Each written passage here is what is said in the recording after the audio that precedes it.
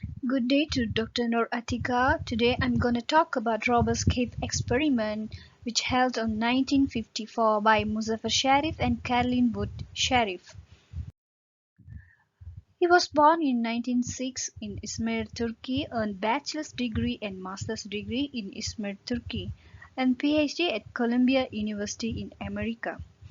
He was engaged in research and teaching in Turkey and America. He mainly focused on the nature of groups and their members. More specifically, he was interested in understanding inner group conflict, negative prejudice, and competition between groups. Sharif died in 1988 at the age of 82. Best Muzaffar Sharif is also best known for his Robber's cave experiment and autokinetic effects research, known as a realistic conflict theory, took place in 1954. He survived Muzaffar Sharif. What is Robber's cave experiment? It was a famous psychology study that looked at how conflict develops between groups. It was revealed an important way of encouraging cooperation between groups. Muzaffar Sharif argued that intergroup conflict occurs when two groups are in competition for limited resources. This theory is supported by evidence from a famous study investigating group conflict, the Robber's cave experiment. What was the purpose of this experiment? Yeah, to create conflict and hostility between groups and then employ interventions designed to reduce it. The primary reason for this development is the recognition that stereotypes and prejudice play a determinative role in shaping intergroup relations. Where did the experiment happen?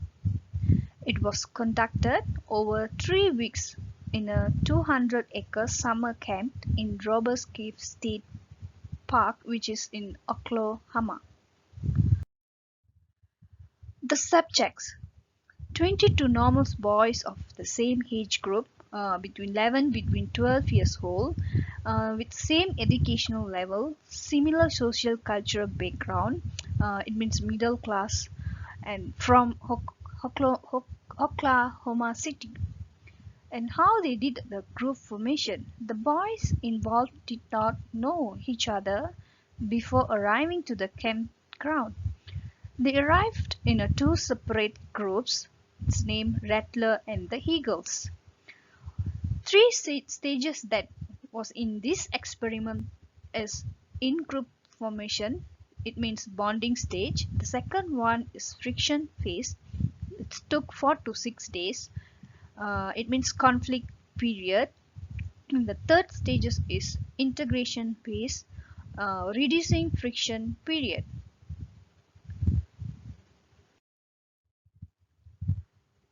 First stage, bonding stage.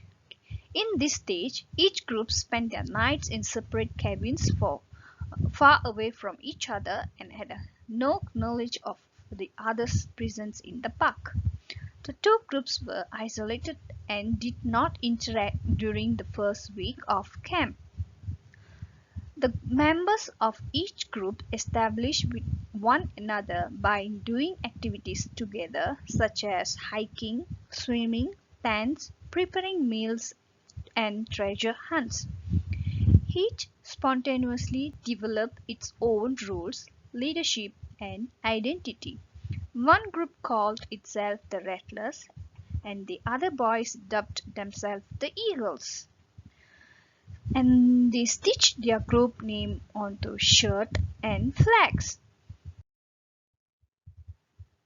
Stage 2, Friction Phase. It took 4 to 6 days.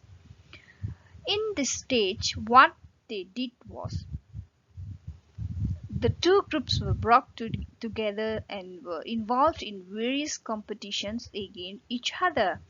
The staff announced a series of contests including baseball games, tugs of war, and counselor judge events such as cabin inspections. Winning group was promised trophies, medals, and pocket knives. During the competitions, escalating levels of prejudice toward each other. So, hostilities at this point reign extremely high. Stage 3, Integration phase. Had to reduce the prejudice and get the two groups to cooperate induce cooperation toward shared goals. However, simply increasing the contact of two groups only made the situation worse. Two groups engaged in non-competitive activities to achieve subordinate goals or tasks that needed to be done for the good of both groups. The kids had come together no longer as enemies but as allies with a common goal.